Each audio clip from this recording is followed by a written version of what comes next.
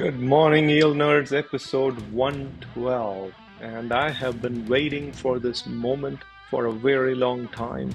And I've checked this in four reputable publications. There is a massive corporate bond buying opportunity. Don't take my word for it. Listen and make your own decision. How awesome! There is a wall of debt coming for people who need money, and those of you like you and I who are fixed income investors, this may be the moment we are waiting for. And so let's find out more. Before we proceed further, thank you for 272 subscribers. I can't believe I am here. Thank you. And for those of you joining here for the first time, I would suggest you use the playlist called the Income Investing Roadmap, which takes you from a very beginner fixed income investor. I was there myself a few years ago to where we are today. And most importantly, don't take my word for it. You need to check yourself and make your own decision. Having said that, today's episode has three agendas. One is to review this concept called the wall of debt. What is it? What does it mean? And then we're going to play the Yield Super Bowl, my favorite game, and I watch that as often as I can. And finally, the message forward for the next few months. My usual disclaimers: I am not an investment advisor. I am not a tax management advisor or a tax advisor. And so I have no agenda other than sharing my education. You make your own decisions. And this show is not about politics or product. Having said that, what is this big buzz going on? There is a giant wall, and it's a wall of debt, and money is falling through that wall in front of the stock exchange. Thank you, Bing image generator. And I looked through multiple sources. Bloomberg says there is a 1.5 trillion wall of debt. Woo, that's a lot of debt. And these are bonds that are going to be issued. The corporate debt maturity wall. Goldman Sachs talks about how we're going to be buying corporate debt, and it's a great thing. Now, it might pinch on the other end for the company that is buying the debt, but hey, we are the creditors here, we are the lenders here. We'll take higher yields. I like corporate debt because it's not callable in many cases. And Financial Times joins in the party and talks about this absolutely massive wall of debt coming very, very shortly. And Sears Tower has to issue a huge bond in order to cover its upcoming debt. And so when I look at things like this as an investor, if it is a good company, if it has a lot of cash flow, and they have to issue debt at a higher yield, I am all for it. I will put my money where my mouth is. And so let's learn more. What is this wall of debt and why are we here? Well, a few years ago, some of these companies needed some money. And this was the COVID times, and they might have financed these debts at the 0.25% and 0.5%. Very smart companies. And those that issued it in 2020, in a 3-year term, or they might have issued it in 2019 at 2%, those debts were issued because they wanted to invest in something, maybe a new factory, maybe new equipment. And so what they would say is, hey, we issued this debt, and we then wanted to invest it in our factories. We wanted to produce new products, and we then made profits, and we're going to pay back the principal with those profits. And maybe they're not paying back the whole thing with their profits, but they'll refinance a portion of it. Maybe they refinance all of it. And so that's really what's happening. The low interest debt that was on the books of the companies that maybe 3-year, 4-year, 5-year, they are coming home. The principal is due. And if they are going to get refinanced, then they'll get refinanced at a much higher rate. So here is the big, big opportunity. And look at that. I, as the yield nerd, I have the inside track on this. So I'm going to reach for that giant bag of money in the wall of debt. So I've always wanted to extend duration. And I've been doing Mickey Mouse with these 3-month T-bills.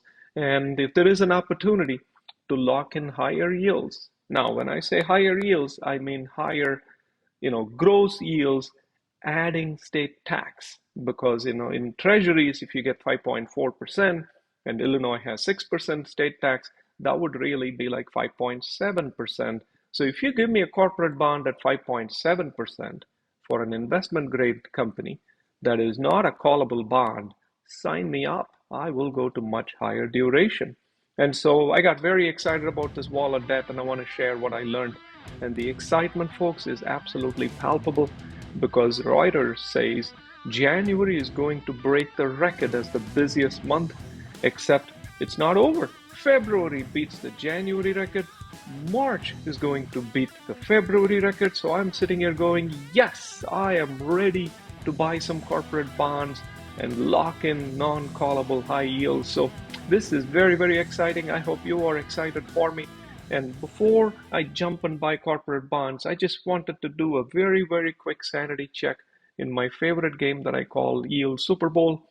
For those of you that are new, you should watch several older episodes where I go into great detail. I'm going to gloss over the data setup, but if this is too fast, please watch some of the older episodes. So what is Yield Super Bowl? We take the major fixed income, tools, major fixed income investment opportunities, and we say, I'm going to compare the 3-month treasury versus a 3-month agency and a muni that only has 3 months left, and a corporate bond that has 3 months left, and so on and so forth for every maturity, 6 month, 9 month, 1 year, 2 years, so on. And when we do the comparison, we're going to equalize them from a tax basis. So we're going to bump up treasuries by state tax because the income is not state taxable. And certain agencies also have that same treatment. Munis, we're going to bump up by federal taxes, and which is awesome because munis are federally not taxable, except I use the effective tax, and you can read up on that from previous episodes as well. Corporate yields are fully taxable. So, when I look at this wall of debt, I'm looking for a fully loaded corporate yield that exceeds the treasury yield by the state tax, which is very exciting to me.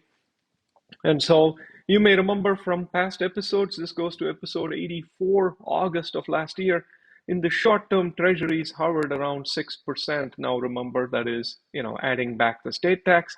And agencies were good the rest of the duration. Boring, it's either treasuries or agencies. And we go to episode 93 in November of last year. Ooh, something interesting is happening. There are treasuries, and then munis show up, glittering everywhere. The only reason I didn't jump to those munis, they go all the way up to 3 years and 4 years, is you had to buy those munis at a premium. And if you have not watched the episode that talks about adjusted bond premium, you should go back and watch it. Munis do not have the ABP adjustment. So you're kind of on your own when you buy the muni on the premium. And so I don't particularly care to buy munis at a premium. And so the long of the short in all of this is, even in November 2023, there were some corporate bonds that were available in the 4 year, but they weren't spectacular in the sense that it was for a bank that didn't look too healthy, and it wasn't my jam. And then we come to February, not too long ago. This was the end of January, beginning of February. And right there, it turned out treasuries were dropping. See, from 6%, it's starting to drop near 5%. And this giant wall of corporate bonds show up. Those corporate bonds pay 5%. I sat there and said, these are again banks. So when we say corporate bonds, these were bank bonds. And I wasn't a fan of buying bank bonds, but I would love to buy bonds that are from non-financial institutions. And so I passed on it then as well. And so I figured now I need to go back and run Yield Nerd again and see what corporate bonds are available, and are they truly a great deal in terms of eclipsing even treasuries in the respective durations. And so here we are, the big moment, March 2024, drum roll. The Yield Super Bowl now reveals the big surprise, the wall of debt, the corporate wall of debt. Wait a second. Where is this corporate wall of debt?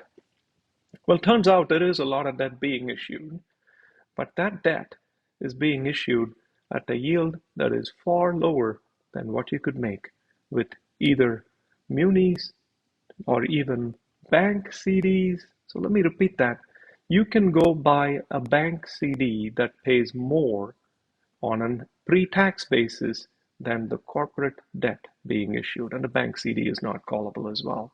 And so that kind of surprised me. I had to go back and check my math again and say, wait, that can't be true, because until this point, which is the roughly 18-month point, treasuries beat the living daylights out of the corporate bonds. After that, treasuries do dip below corporate, but bank CDs are higher. And you sit there and go, how could that be? And the justification is as follows. The justification is, look, I need you to listen very carefully. Treasury rates are going to drop very, very quickly. And when treasuries drop, you're going to be left holding the bag. We, the very nice people who issue corporate bonds, will pay you 5% pre-tax. Yes, you have to pay federal and state taxes on it, but once you buy it, it's generally non-callable, and or you buy it at par, and so now you have your rates locked, and so you're better off buying the corporate bond than buying the treasury, which is going to fall, fall, fall. So come to Papa, buy some corporate bonds, is the message that's being given. And I sat there and tried to rationalize, hold on a second, I'm trying to figure this out. There is a wall of debt, there is a lot of supply, same demand. So is that getting bought? And it turns out the Wall Street Journal tells us, yes, it's getting bought. The debt peril, the huge amount of debt on the books of companies is being ignored, and the debt is still being bought at yields below what you can make on a bank CD, let alone on a treasury in the lower durations. And you sit there and say, how could that be? Who is selling that corporate debt at these rates? And my biased opinion, pardon me folks, my biased opinion is the quote wealth management advisor who gets a piece of the action, the corporate bond sales entity who also gets fees. These are the people who are saying, well, you need to have X% corporate, Y% muni, you need to have so much in equity, so much not in equities. So it appears that there may also be a small percentage of folks who truly believe rate cuts are going to happen next week and they need to lock in the higher corporate yields. But the vast majority of corporate bonds are being bought at rates that the yield nerd wouldn't approve, that yield superbowl does not say is a smart move, but you do you. So here is the reality of the average American corporation. The alleged huge profits they made when they raised the bond in the first place. You know, if they made the smart investment, they should be reaping in huge profits and paying off the debt. That is not happening. You know how we know that? PE ratios are increasing, not decreasing. In other words, their earnings are not increasing very, very fast. If their earnings are increasing fast, PE ratios would come down. And so the reality is whatever capital investment was made when that bond was raised is not paying off in spades. They are having to go raise more debt. And when they raise more debt at a higher interest rate, now even though they're not paying near what they should about treasury premiums, the reality is instead of paying 0.5% in interest, they are now paying 5% in interest. That is going to put a stress on their cash flow, which also means it'll put a stress on dividends. So if you're banking on dividend paying stocks in companies that have a high debt to equity ratio, that ratio is going to get worse. And their debt service is going to become worse, which means their cash flow is going to decrease. And so the reality is the story isn't really rosy at all, and somehow corporate debt still keeps getting sold. And so if you truly, truly believe that, there is a huge drop in treasury rates coming next week, I suppose you would buy corporate bonds.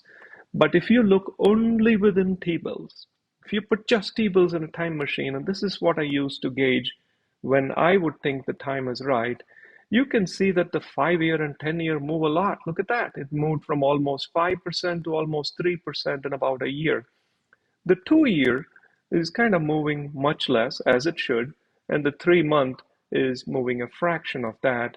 And so here is what this tells me. In April of 2023, about a year ago, the 10-year was less than 4, 3.5 something, and 6 months later, the 10-year shot up because we were still in an increasing interest rate environment.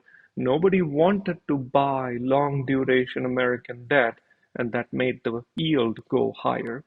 However, when it became clear that there may be a possibility of a drop in interest rates soon, that rate started crashing. In November, the 10-year became even lower. Now, why does the yield crash rather? because more people go to buy longer duration bonds, which means the government doesn't have to pay a lot. And if they don't have to pay a lot, the yield drops. And it got to the point where barely a month ago, everybody was expecting a cut imminently. And because everybody was expecting a cut, there was a lot of demand for the 10-year. And because there is a lot of demand and the same supply or slightly higher supply, prices went way lower. And so we came to a point almost a year ago where the government didn't have to pay as much for 10-year, except it is moving in the opposite direction. We actually are going back to a higher yield or a lower price for the 10-year. And so when I look at movements like that, my instinct is to not jump immediately and extend duration. But if I see the 2-year get closer and closer to 5%, it may be an indication for me to increase duration. But for now, my mind is pretty set.